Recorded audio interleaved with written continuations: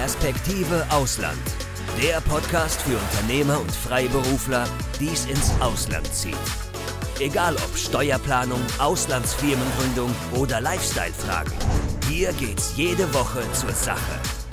Und hier sind deine Gastgeber, Daniel Taborek und Sebastian Sauerborn. Ich bin Daniel Taborek und ich spreche heute mit Michael Jene aus Panama über Möglichkeiten, Plantagenland in Panama zu kaufen und so nicht nur Vermögen zu sichern, sondern sogar auch noch eine dauerhafte Residenz zu erwerben. Darüber wollen wir dann auch am Ende noch sprechen. Michael, stell dich doch kurz unseren Zuschauern einmal selbst vor. Hallo Daniel, danke. Ja, also ich bin Michael, 55 Jahre jung, seit 6 Jahren in Panama und vorher war ich schon in der Schweiz Immobilienbewirtschafter mit eidgenössischem Fachausweis, habe auch in Spanien schon im Bau- und Immobilienbereich gearbeitet und hier in Panama bieten wir das gesamte Spektrum von der Einwanderungshilfe über Relocation Services, Immobilienfindung für die Personen, die hierher ziehen wollen oder auch für die, die die Residenz nur als Plan B machen für Investitionszwecke.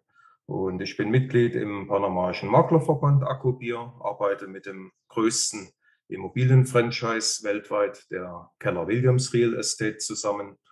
Und meine Nische ist die Aufenthaltsgenehmigung im Zusammenhang mit Investitionen in bewirtschaftetes Farmland. Also da haben wir eine exklusive Zusammenarbeit mit Simply Natural. Das ist eine Holding von Smart Farming Unternehmen aus Panama, Israel und den USA. Das vielleicht so kurz zur Einleitung. Ja, klasse, hervorragend. So. Und unser Thema ist heute, also das mit der Residenz ist für unsere Zuschauer natürlich auch interessant, aber im Fokus wollen wir es am Anfang mal die Möglichkeiten für Investitionen stellen. Wobei das klasse ist, weil das Thema Residenz, das interessiert oftmals, ist oftmals die gleiche Interessengruppe, die sagen, also ich möchte mein Vermögen sichern, aber ich überlege auch, bin gerade auf der Suche nach einem geeigneten oder besseren Wohnsitz für mich. So, jetzt ist ja interessant, man nennt ja Investitionen in Land oder auch die Erträge, die man damit dann erwirtschaften kann, immer häufiger grünes Gold. Ne? Das sagt ja eigentlich schon einiges, wie man diese Art Investitionen heute oftmals sieht. Es ist ja so, immer mehr Menschen machen sich Sorgen um ihr Vermögen, also Negativzinsen, Turbulenzen an Aktienmärkten, dann die Unberechenbarkeit der Kryptobörsen. Also jetzt gerade ein paar Tage vorher hat es ja wieder einige kalt erwischt. Dann dieses Damoklesschwert, wird es, wann und überhaupt eine Einführung von Zentralbankwährung geben und. Ne? Da gibt es ja einige Themen. Also die Menschen sind besorgt und schauen sich momentan um, was kann ich tun, wie kann ich mein Vermögen am besten sichern. Jetzt kann man ja über dich, wie du es schon vorher erwähnt hast, in Panama Eigentümer von Land werden. Erklär doch unseren Zuschauern jetzt bitte mal deine Sicht, also warum eine solche Investition sinnvoll ist. Was spricht aus deiner Sicht für eine Investition in Land? Ja, also du erwähntest den Begriff grünes Gold. Das kann man so sehen, weil wie Gold ist Farmland ein Sachwert und es ist begrenzt. Also es gibt gerade 4% der Erdoberfläche, die noch als Farmland nutzbar sind und das nimmt stetig ab. Also es wird bis 2030 auf 3,6% sinken, konkurriert mit der Bauwirtschaft, Verwüstung, Überschwemmung und so weiter. Dann ist es natürlich auch besser als Gold, weil es zur Ernährungssicherheit der Menschheit beiträgt. Und wir müssen ja auch immer schauen, was wird gesellschaftlich akzeptiert im Wandel der Zeit. Ja, und da wird halt Gold immer häufiger als schmutzige Investition bezeichnet. Und da ist natürlich Farmlandinvestition eher langfristig akzeptiert, indem es eben ökologisch ist, CO2-neutral ist und, wenn man so will, auch vegan. Ja, was spricht jetzt für eine Investition in Landkauf in Panama? Da würde ich sagen, erstmal die generellen Vorteile von Panama überhaupt. Panama würde ich zusammenfassen mit den Stichworten Freiheit, Sicherheit und wirtschaftlicher Erfolg. Warum Freiheit? Es ist das einzigste Land in Lateinamerika, wo jeder wie ein Panama aussehen kann. Also das Land ist bunt gemixt durch den Panama-Kanal. Seit über 100 Jahren sind also sämtliche Rassen und Nationen hier vertreten und machen miteinander Geschäfte. Und insofern haben wir hier den, ich nenne es gerne Hafenstadt-Effekt, wo man quasi, wo auch Subkulturen und wo jeder eigentlich unter dem Radar leben kann und seine Meinung sagen kann und sein Leben leben kann. Ja. Meinungsvielfalt, Toleranz. Und es ist eines der sichersten Länder auf dem amerikanischen Kontinent. Politische Stabilität, nicht zuletzt auch durch den Panama-Kanal abgesichert. Und was den wirtschaftlichen Erfolg betrifft, das beweist Panama seit Jahrzehnten, indem es doppelt so schnell wächst wie der Durchschnitt aller lateinamerikanischen Länder. Und ja, es sind halt hunderte Multinationals, also Konzerne und Organisationen auch, die hier ihren Lateinamerika-Sitz haben. Wir haben teilweise die beste Infrastruktur im weltweiten Ranking, was Hafeninfrastruktur und so weiter betrifft. Wir sind internationales Drehkreuz, nicht nur durch den Panama-Kanal, wo 8% des gesamten Welthandels drüber laufen, sondern auch die ganzen Datenkabel, Unterseekabel, 8 Stück durch Panama, und wir sind Banken, Drehkreuz und so weiter. Ja, also man merkt schon, dein Herz schlägt für Panama. Ja, ja.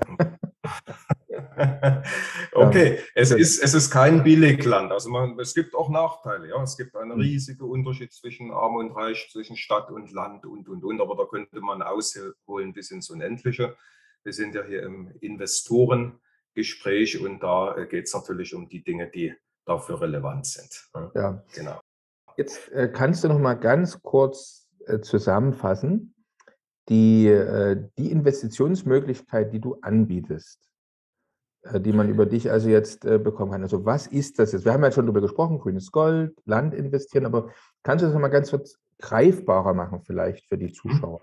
Was ist jetzt diese Investitionsoption, die du bietest?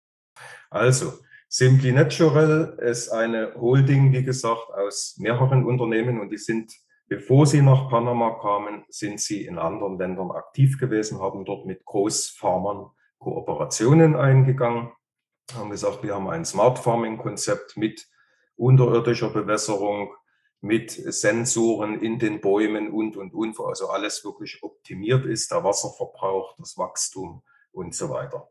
Und sie haben dort Beteiligungsverhältnisse, das heißt, es wird vom Gewinn ein prozentualer Anteil kassiert, und das ist quasi das Geschäftskonzept dieses Unternehmens. In Panama haben wir die Besonderheit, dass hier keine Großfarmer existieren. Alles ist sehr kleinzellig, und so hat man also begonnen, vor über 10 Jahren zwischen 2 Flüssen Land zu akkumulieren und ist dort auf mehrere tausend Hektar gekommen und hat das sogenannte Farm-in-the-Box-Konzept entwickelt. Das heißt, man hat 1 Hektar Flächen für Mangobäume oder für Avocadobäume, für Limettenbäume verkauft.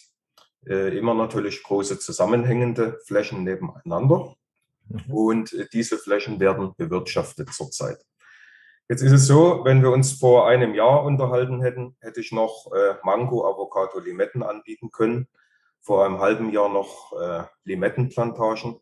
Mittlerweile sind alle diese Flächen ausverkauft, und wir können nur noch im Rahmen des Reforestation-Projektes, das ist ein Wiederaufforstungsprogramm der Regierung Panamas, können wir eine Beimischung von 1 Hektar Limettenplantage mit Teakholzplantagen anbieten, was zu einer sehr interessanten Rendite führt und natürlich auch zum Erhalt der dauerhaften Aufenthaltsgenehmigung in 2 Phasen.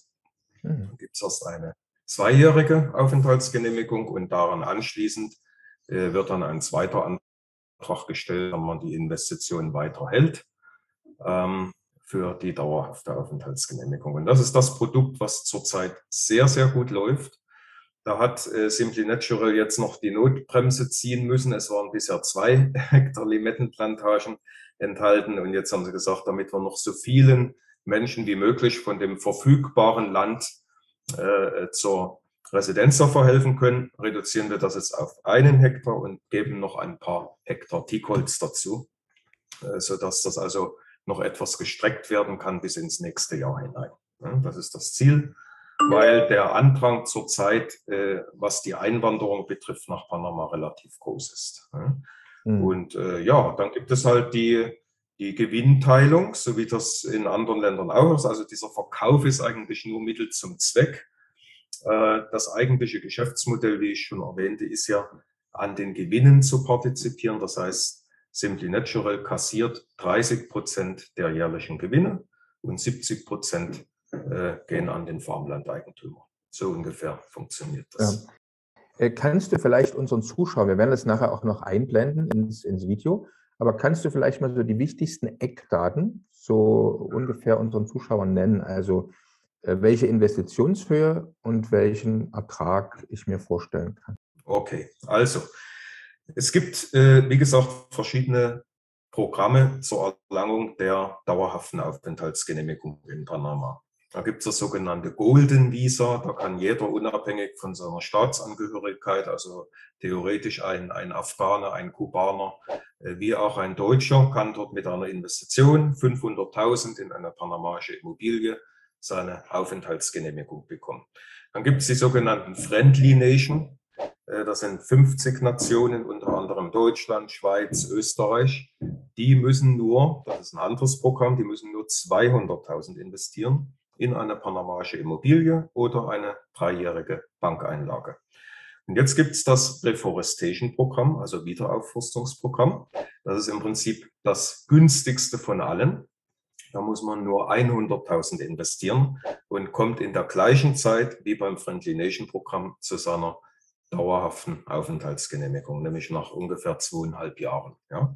Das heißt, für die 100.000 bekomme ich eine gewisse Anzahl Land. Das wird eigenes Land, also das ist keine Unternehmensbeteiligung, sondern das Land wird tituliert, so heißt das hier. In Deutschland sagt man Grundbuch, hier bekommt es halt eine sogenannte Finca-Nummer und wird dann im Registro Publico, also im öffentlichen Eigentumsregister eingetragen. Das ist ein recht bürokratischer Prozess, aber am Ende steht das so. Und wie gesagt, ist es also momentan 1 Hektar Limettenplantagen, was also eine sehr ebene Fläche bedingt und sehr gutes Land, gute Erde dazu. Und eine Beimischung von Teakholzplantagen. Die Teakholzplantagen, die brauchen ein bisschen länger, bis sie Rendite abwerfen. Also grundsätzlich verhält sich diese Investitionen die ersten 5 Jahre. Das 5. Jahr ist das erste Erntejahr für die Limetten. Verhält sich das wie eine Anlage bei der Sparkasse in Deutschland oder Volksbank. Ja? Das heißt 0% Zins, aber man hat wenigstens das Geld sicher, ja sicherer eigentlich als bei der Bank, weil es ist ein Sachwert, oder? So, das heißt, im 5. Jahr kommt die erste Ernte. Die Auszahlung, die Abrechnung erfolgt immer im 1. Quartal des Folgejahres. Das heißt, Januar, Februar im 6. Jahr bekomme ich meine Abrechnung als Investor, erhalte 70% der erzielten Gewinne und 30% gehen an Simply Natural. So, wie gesagt, Jahr 1 bis 5, 0% Zins. Ab dem 6. Jahr beginnt eine interessante Rendite. Die steigt mit der Zeit natürlich auch aufgrund des Teakholzwachstums. Die Teakholzbäume, die brauchen einen Tick länger.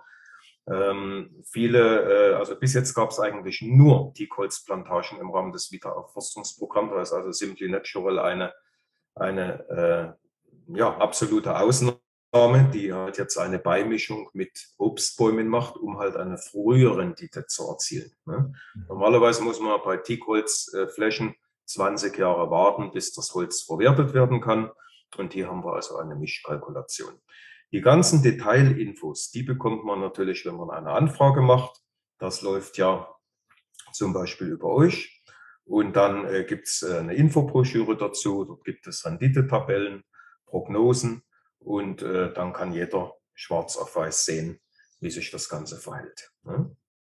Klasse, wir werden die Anfrageadresse hier unten im Video gleich einblenden.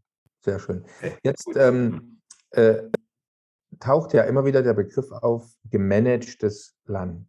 So, Was kann man sich da genau darunter vorstellen? Also ich selber bin Eigentümer des Landes, aber gibt es irgendwelche Verantwortlichkeiten, die ich habe? Oder mache ich einen Bewirtschaftungsvertrag dann mit der Firma, also wahrscheinlich gesondert zum Kauf Ja, des Landes, muss ich ja wahrscheinlich dann noch einen extra Vertrag abschließen. Und wie lange genau. läuft der Vertrag zum Beispiel? Also, das ist tatsächlich so, es gibt zwei Verträge. Einmal den Vertrag über den Landkauf und zum anderen, da ich ja kein Profi bin und die Anleger auch nicht, den Bewirtschaftungsvertrag. Der Bewirtschaftungsvertrag, der geht immer in 10 Jahreszeiträumen. Also der wäre quasi immer in 10 Jahresschritten kündbar. Wer das kündigt, ich wüsste nicht aus welchem Grund, man überlässt die Bewirtschaftung eigentlich doch eher Profis. Wenn ich jetzt selber in Panama Land kaufen würde, würde 2 Bauern anstellen, dann kann ich selbstverständlich nicht den Ertrag erwarten. Und das Risikomanagement, wir kommen ja dann auch noch zu den Risiken, wie wenn das ein internationaler Konzern macht, wie wenn das Profis machen, die gezeigt haben, dass sie es können. Ne? Deswegen wird das also für den Investor komplett bewirtschaftet. Das heißt, die gesamte Wertschöpfungskette vom Urbarmachen des Landes, die Baumanpflanzung, die unterirdische Bewässerung, das Aufziehen der Bäume, die Ernte, die jährliche Pflege und natürlich auch der Vertrieb. Das alles wird von den Unternehmen dieser Holding für mich übernommen. Ich kassiere, wie gesagt, 70% und Sie bekommen dafür, dass Sie das gut machen, dass Sie das auch profitabel machen, 30%. Dafür sind Sie natürlich daran interessiert, auch Ihr Bestes zu geben. Das ist meine Absicherung, die 30%, die an Rendite erzielen wollen. Ja. Macht Sinn. Jetzt hast du erwähnt, bei also dem Teil der Investition, also ich investiere 100.000 Euro, habe einen Teil davon jetzt sozusagen ein Land, auf dem Limettenbäume angepflanzt werden und bekomme dann im 5. Jahr das erste Mal Erträge durch die Ernte. Gibt es denn jetzt irgendwelche Garantien, die mir jetzt der Bewirtschafter gibt, dass ich auch wirklich Ertrag haben werde? Oder kann es sein, dass ich dann nachher mal eine E-Mail bekomme oder einen Anruf, also tut uns leid, aber irgendwie, das wurde nichts dieses Jahr? Ja, das kann passieren. Das ist auch passiert. Wie gesagt, Simply Natural arbeitet ja seit Jahren, auch in Panama. Die Mango-Plantagen sind jetzt die ältesten im 7. Jahr. Und es ist zum Beispiel passiert im Jahre 2020, Corona. Da gab es so viele Tests und so viele positive und die Familien und Kontakte und alle mussten in Quarantäne. Das heißt, da sind also tausende Kilo reife Mangos am Boden geblieben und da ist nichts gelaufen. Und auch das letzte Jahr ist es ein Problem gewesen, genügend Arbeiter aufs Feld zu bekommen. Also es gibt Risiken. In der Landwirtschaft ist nie ein Jahr wie das andere. Es sind Renditeprognosen, die sich aus den Erfahrungen in anderen Ländern und natürlich auch Panama der letzten Jahre speisen. Ja. Und zum Beispiel, man kann das auch nachlesen, es gibt eine Fachzeitschrift, Wirtschaftszeitschrift El Capital Financiero. Da wird über Simply Natural berichtet, dass sie halt bei den Mango-Plantagen die prognostizierte Produktivität erreicht haben von 25 Tonnen pro Hektar, während der Durchschnitt weltweit bei 11 Tonnen liegt. Also sie können es, aber sie sind natürlich genauso abhängig von äußeren Einflüssen und da können Risiken auftreten und da wird nicht ein Jahr wie das andere, das ist ganz klar. Da kommt jetzt natürlich aber eine zweite Frage auf. Und zwar könnte es im Gegenzug sein, dass ich nicht nur einen Anruf bekomme oder eine E-Mail bekomme, leider hatten wir dieses Jahr keine gute Ernte, sondern dass ich vielleicht auch eine Rechnung bekomme. Sie müssen bezahlen. Das könnte theoretisch sein mit diesem Monat, mit dem jährlichen Unterhaltsbeitrag. Ja? Also es gibt in den Renditetabellen gibt es mehrere Spalten. Das heißt, wir haben den Rohertrag. Da haben wir einmal eine konservative Prognose, einmal eine optimistische Prognose. Dann gibt es den Unterhaltsbeitrag, der ab dem ersten Erntejahr dann fällig wird, also ab dem Jahr 5 jährlich. Und daraus ergibt sich dann der Reinertrag. Und der Reinertrag wird aufgeteilt 70%, 30%. In der Praxis sah es jetzt so aus, dass Simply Natural die letzten beiden Jahre keinen Unterhaltsbeitrag von den Investoren verlangt hat. Von den Farmen, die nicht profitabel bewirtschaftet werden konnten aufgrund Restriktionen der Regierung.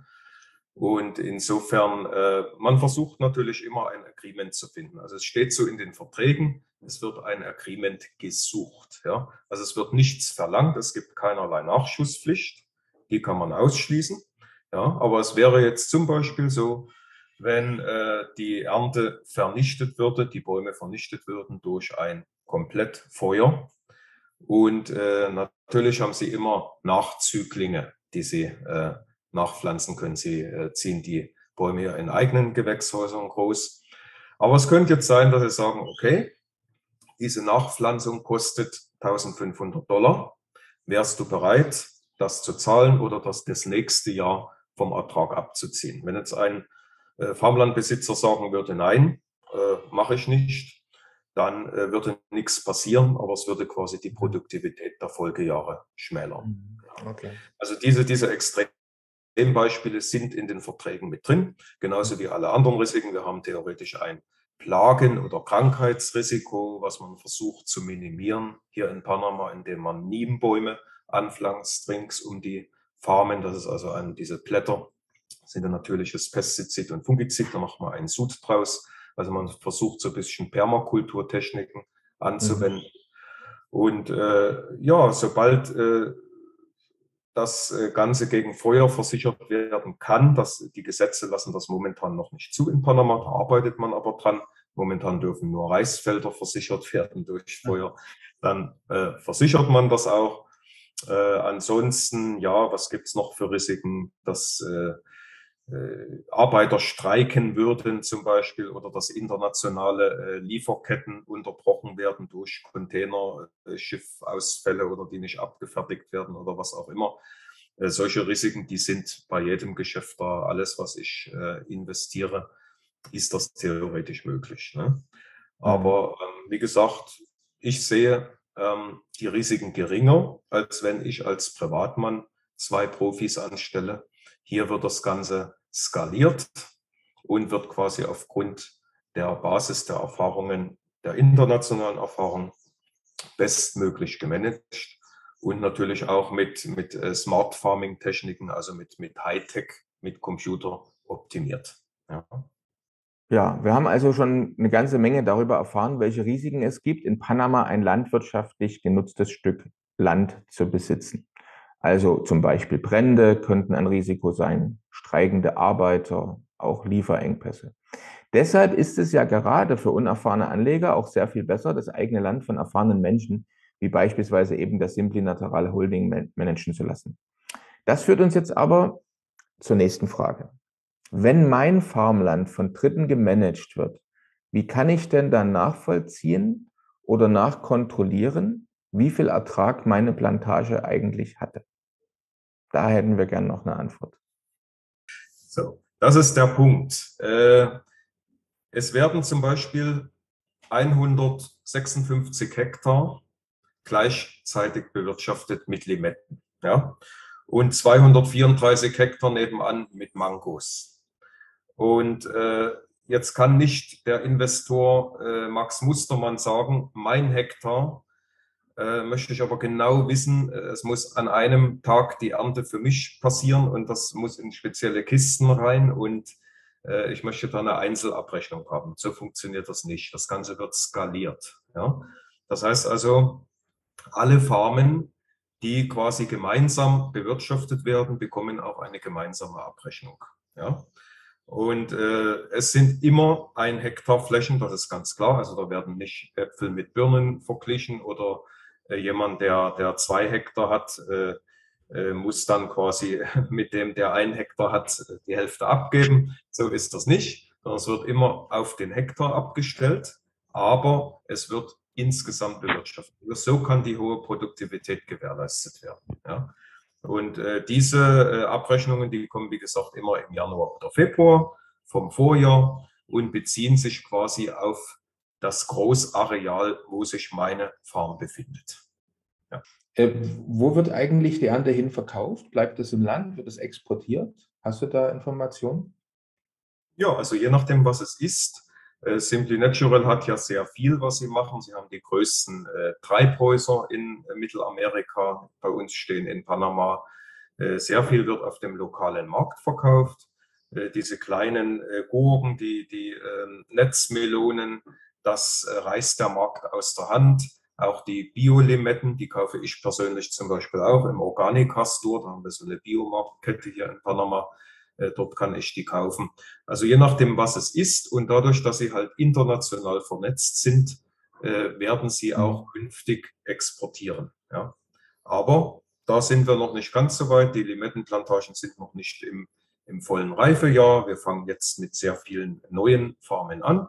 Und das wird dann so international vernetzt. Es ist zum Beispiel bei den Mangos die Ernte in einem Land zu anderen Monaten als in Panama. Und um halt möglichst ganzjährig Angebot bereitzustellen, arbeiten also die einzelnen Holding-Unternehmen von Simply Natural zusammen, um dann den Vertrieb zu koordinieren. Klasse. Wir hatten schon einiges zum Thema Risiken erwähnt. Gibt es aus deiner Sicht noch irgendwas, was man jetzt im Blick haben muss? Also du hast ja schon erwähnt, es kann sein, dass man Ernte-Totalausfall ist oder jetzt in Covid-Zeiten, dass die Mitarbeiter nicht verfügbar waren oder krank waren. Feuer hattest du schon erwähnt. Gibt es noch andere Risiken, wenn ich jetzt so eine Investition in Farmland tätige, dessen ich mir bewusst sein muss? Da gibt es noch folgende Risiken. Gibt es da irgendwas, was du deinen Interessenten noch mit auf den Weg gibst? Ich denke, ich habe soweit alles erwähnt. Wie gesagt, in den Verträgen steht auch alles drin. Aber ja, natürlich politische Risiken theoretisch, die ich aber in Panama sehr gering einschätze. Also hier wird keine kommunistische Regierung an die Macht kommen, weil wir haben hier den Panama-Kanal und da gibt es Schutzmächte und das würden die nicht zulassen. Wir leben hier auch außerhalb der Hurrikanzonen, also auch dieses Risiko fällt weg, was man in anderen Ländern eventuell hat. Wir haben momentan Steuerbefreiung bis 350.000 für landwirtschaftliche Einnahmen. Das könnte theoretisch mal geändert werden, wenn das Land mehr Steuern braucht. Eine neue Regierung sagt, okay, der Freibetrag ist jetzt nur noch 100.000. Also klar, natürlich gibt es immer noch ein paar Risiken, die man sich noch mit der kühnsten Fantasie irgendwo herholen könnte. Aber die Hauptrisiken sind eigentlich erwähnt. Ich bin ja Landeigentümer, hast du erwähnt, also nach allen Regeln der Kunst. Ich bin also im Register eingetragen. Kann ich das Land jederzeit selber weiter verkaufen und anders verkaufen und kann ich es vererben? Ja, also sobald man im öffentlichen Register eingetragen ist, wie gesagt, das ist ein sehr bürokratischer Prozess, den aber Simply Natural für die Investoren übernimmt.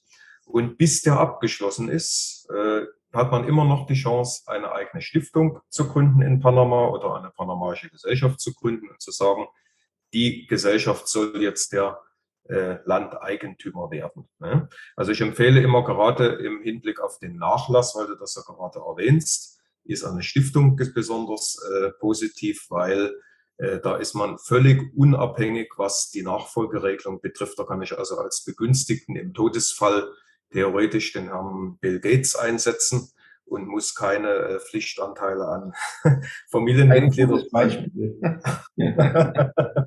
Ja, also da ist man völlig frei. Wie gesagt, das ist dann machbar, es ist vererbbar, es ist veräußerbar, ohne Probleme. Was nicht möglich ist, ist die Bebauung. Das steht so in den Verträgen drin. Ist natürlich auch ein Schutz für dich als Investor, weil dann kann auch der Nachbar nichts bauen. Das Ganze ist ja ein Profitunternehmen und es würde nur gestört werden, wenn da einzelne Leute sagen würden, ich baue mir da mein Wochenendhäuschen hin und stören dann den gesamten produktiven Ablauf. Also das ist ausdrücklich in den Verträgen, auch bis zu 10 Jahre nach Beendigung des Bewirtschaftungsvertrages schließt man eine Bautätigkeit aus. Ja. Jetzt hast du schon erwähnt, dass die Investitionshöhe ja mindestens 100.000 beträgt. Das bedeutet also auch die Prospektpflicht entfällt dann, sonst wäre das noch eine wichtige Frage gewesen. Wie ist denn jetzt genau der Ablauf? Also ich möchte jetzt investieren in das von dir angebotene Land, also diese Kombination Limettenland und Teakholz, äh, bis ich jetzt letztendlich der Eigentümer bin. Wie viel Zeit vergeht da? Was muss ich selber für Dokumente vorlegen? Mhm. Das würde mich noch interessieren.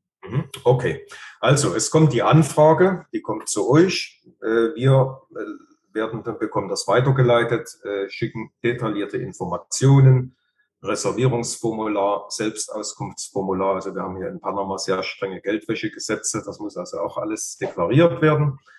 Und dann kann man die Investition innerhalb von 2 Wochen abschließen.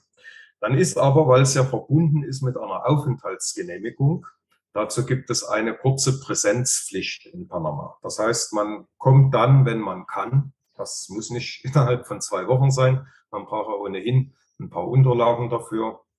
Ehepartner müssen die Ehe nachweisen, aktuell Auszug aus dem Eheregister für abhängige Antrag stellen, damit man nur einmal investieren muss und nicht jeder. Oder das polizeiliche Führungszeugnis mit Apostille. In anderen Ländern heißt das Strafregisterauszug. Da gibt es ein paar Unterlagen, auf die wir noch hinweisen. Und dann kommt eine einwöchige Panama-Reise, wo man seine erste Residenzia-Karte bekommt. Ja. Insgesamt innerhalb von 4 Jahren reist man insgesamt 4-mal nach Panama ein, danach nur alle 2 Jahre. Es gibt natürlich auch viele Leute, die sagen, ja, ich will sowieso aus Europa raus, will ein neues Leben beginnen und so weiter. Die interessiert das weniger, die kommen hierher, um zu bleiben.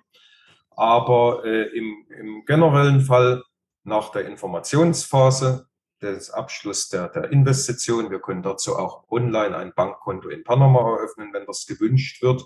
Ansonsten kann man auch direkt von Europa nach Panama überweisen. Nach 2 Jahren wird dann der Antrag auf dauerhafte Aufenthaltsgenehmigung gestellt und ungefähr das ist auch der Zeitpunkt, wo die Titulierung abgeschlossen sein wird. Ja?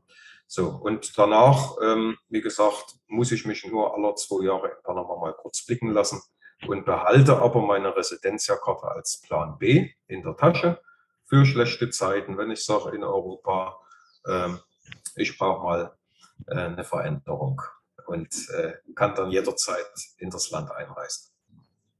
Aber die Residencia muss jetzt wirklich im zeitlichen Bezug zur Investition mit beantragt werden, oder? Also das kann man jetzt nicht sagen, ich mache das nächstes Jahr. Ich mache jetzt mal Investition ins Land und Residencia mache ich nächstes Jahr. Das funktioniert nicht oder funktioniert das? Müsste ich fragen. Im Moment ist der Andrang nach Residencia so groß, dass eigentlich diese Reforestation-Investition das Vehikel ist, das günstigste Vehikel, um zur Residencia zu kommen. Jetzt spulst du deine Frage andersrum auf. Müsste man dann schauen, wie lange man das vorhalten kann, ob das überhaupt da ich glaube nicht, dass es eine Frist gibt, aber meistens ist man ja froh, weil ich meine, es kann ja auch von der Regierung, das ist ja in den letzten Jahren auch gemacht worden, können ja die Anforderungen verschärft werden. Die sind immer nur verschärft worden, die werden nie vereinfacht. Es war mal ganz früher Mindestinvestitionssumme 40.000, dann war es viele Jahre 80.000, seit letztem Jahr ist es 100.000. Es kann auch sein, dass es nächstes Jahr 150.000 ist, deswegen würde ich schon empfehlen, das relativ zeitnah zu machen. Okay, macht Sinn. Jetzt hast du schon so in einem Nebensatz mitfallen lassen, dass wenn jetzt also eine Person für 100.000 so eine Investition tätigt, dass dann auch für den Ehepartner die Residencia mit beantragt werden kann. Ja, das habe ich richtig verstanden. Wie sieht es das Gesetz bietet die Möglichkeit, dass man sogenannte abhängig Antragstellende mit einbeziehen kann. Das betrifft also den eigenen Ehepartner, das betrifft minderjährige Kinder und das betrifft die eigenen Eltern. Die kann man jeweils mitnehmen. Dazu muss man dann lediglich $2.000 zusätzlich investieren. Das heißt, wenn ich jetzt mit meinem Ehepartner die Aufenthaltsgenehmigung haben will, wären das 102.000 insgesamt. Oder wenn ich noch 2 Kinder dazu habe, wären das 106.000 insgesamt. Plus natürlich die Rechtsanwaltskosten und so weiter, was dann alles kommt. Aber es geht jetzt rein um die Investitionssumme, das, was das Gesetz vorschreibt, als Grundvoraussetzung. Gut zu wissen. Ja, also ich denke zur Investition jetzt in Farmland in Verbindung mit der Residenz habe ich jetzt eigentlich alle Antworten bekommen auf meine Fragen. Vielleicht trotzdem jetzt nochmal auf die Möglichkeit, auch in Immobilien zu investieren. Das taucht ja auch immer wieder mal als ein lukratives Investment auf, also gerade in Panama. Ja. Findet man das auf einigen Webseiten oder man hört und liest davon. Mhm. Wie siehst du denn jetzt selber als Alternative oder als Option, als zusätzliche Option die Investition in Immobilien in Panama? Lohnt sich das? Das kann sich lohnen, aber nicht automatisch. Also es ist so, ich sehe die Investition in Langzeitvermietung eher kritisch, weil die Mieter hier nicht so treu sind, wie wir das gewöhnt sind in Deutschland oder in der Schweiz. In der Schweiz, wenn ich einen Jahresmietvertrag abschließe, also ich war ja dort Immobilienbewirtschafter und ich gehe vorher raus, muss ich einen Nachmieter bringen, ansonsten muss ich das Jahr voll zahlen oder die 2 Jahre, wie lange ich auch abgeschlossen habe. Hier in Panama ist die schlimmste Konsequenz, man verliert eine Monatsmiete, Kaution, mehr nicht. So. Und das heißt in der Praxis, recht viele Leute, sobald sie ihren Job verlieren, die Partnerschaft gewechselt wird oder wie auch immer, dann gehen sie schnell mal zu den Eltern wieder zurück oder wechseln die Wohnung. Und so kann es also sein, man hat einen Jahresmietvertrag abgeschlossen, hofft auf einen langjährigen Mieter und da ist nach 6 Monaten raus, nach 8 Monaten raus, dann habe ich wieder 3 Monate Leerstand, muss wieder einen Makler bezahlen, der mir einen Nachmieter bringt. Und das kann also durchaus die erwartete Rendite, die theoretisch bei 6-7% liegen kann, auf unter Null drücken. Das muss man so sagen. Was interessant sein kann, das ist die Vermietung von Ferienimmobilien, wobei Kurzzeitvermietung in Panama-Stadt aufgrund einer speziellen Gesetzgebung verboten ist. Das ist nur Hotelbetrieben erlaubt. Aber außerhalb, sobald ich aus Panama-Stadt rauskomme, in die Strandgegenden, dann kann ich dort recht gute Renditen machen, wenn ich wirklich 1A-Lagen habe, wenn ich in ein Apartment investiere mit einer super Social Area, also mit Pools und Fitnessstudio und Tennisplatz und alles zusammen. Sollte aber im Umkreis von 2 Stunden von Panama-Stadt liegen. Weil sonst, wenn ich weiter weggehe, gibt es natürlich auch hervorragende Lagen und wunderschöne Plätze, aber die sind eher saisonabhängig. Also dann muss ich quasi in 4 Monaten oder in 5 Monaten das reinholen, was ich im Umkreis von Panama-Stadt, wozu ich das ganze Jahr Zeit habe. Ja, weil die Bewohner von Panama-Stadt haben eine recht hohe Kaufkraft. Es gibt ja eine recht gute Mittelschicht und die wollen mindestens einmal im Monat ein verlängertes Wochenende am Strand verbringen mit ihrer Großfamilie. Die zahlen dort für 2 Nächte von Freitag bis Sonntag recht viel Geld dafür und das regelmäßig, das ganzjährig, saisonunabhängig. Währenddessen, wenn ich weiter weggehe, dann habe ich von Dezember bis März, dort kommen die Nordamerikaner, so wie wir, nach Teneriffa fliegen oder nach Gran Canaria im Winter, kommen also die Kanadier, US-Amerikaner hierher nach Panama, aber eben beschränkt auf Dezember bis März oder April. Okay, gut. Haben wir darüber auch nochmal gesprochen. Vielleicht aber noch ungefähr mit welcher Investitionshöhe starte ich im Immobilienmarkt in Panama? Was muss ich mitbringen? Also Panama-Stadt ab 300.000 in 1A und 1B-Lagen mit einem Schlafzimmer über 100 Quadratmeter. So, wir haben ja meistens 120, 130 Quadratmeter die Wohnungen. Und in Strandgegenden ab 200.000. Okay. Das sind dann teilweise kleinere Apartments, aber sie sind dann optimiert für Ferienhausvermietung, also für nicht Haus für Feriengäste. Ja. Aber es ist auch jetzt kein Problem in Panama, also das gilt ja für das Land genauso wie für die Immobilie, dass ich ohne eine Residenz zu haben, darf ich Eigentümer sein? Oder ja, muss ich, also ich kann als Ausländer Eigentümer einer Immobilie oder Landes sein? Ja, in vielen Ländern nicht gestattet, ne, dass man jetzt zum Beispiel Land besitzen darf, wenn man dort keinen Wohnsitz hat. Also da ist Panama wirklich sehr USA geprägt, muss man sagen. Also die Eigentumsrechte stehen hier ganz hoch und da kann also jeder, ob das jetzt ein Russe ist, ein Afghane, ein Deutscher, ein Kubaner, kann hier Land erwerben, kann ein Auto erwerben. Ich brauche nur meinen Reisepass dazu. Und natürlich der Herkunftsnachweis des Geldes, da sind die Banken relativ streng. Das heißt, da muss man schon nachweisen, das stammt aus einem Immobilienverkauf in Deutschland, da ist der Notarvertrag, der muss dann teilweise übersetzt werden oder aus einem Wertpapierverkauf. Also der Herkunftsnachweis muss erbracht werden, aber ansonsten kann jeder Eigentum in Panama erwerben und ist rechtlich gleichgestellt mit Einheimischen. Also, ich kann nur sagen, vielen herzlichen Dank, Michael. Das war wieder ein sehr aufschlussreiches Gespräch. Es hat mir viel Freude gemacht. Ich habe viel dazugelernt. Und für unsere Zuschauer werden wir noch am Ende das Kontaktformular einblenden, beziehungsweise die Adresse davon. Und für die Zuhörer, die den Podcast als Audio hören, kommt auf die Seite www.Perspektive Ausland und da gibt es alles nochmal zum Nachlesen. Genau. Ich bedanke mich auch. Alles Gute und Dann vielleicht bis bald in Panama. Unbedingt, ja. Vielen herzlichen Dank, Michael. Ja. Tschüss nach Panama. Ja, danke. Tschüss. Bis zur nächsten Folge von Perspektive Ausland, der Podcast für alle Unternehmer, die es ins Ausland ziehen. Übrigens, wenn ihr keins unserer interessanten Videos mehr verpassen wollt, dann klickt doch jetzt gleich auf den Abonnieren-Button und auf die Glocke. Auch über Kommentare, Fragen oder einen Daumen hoch freuen wir uns sehr.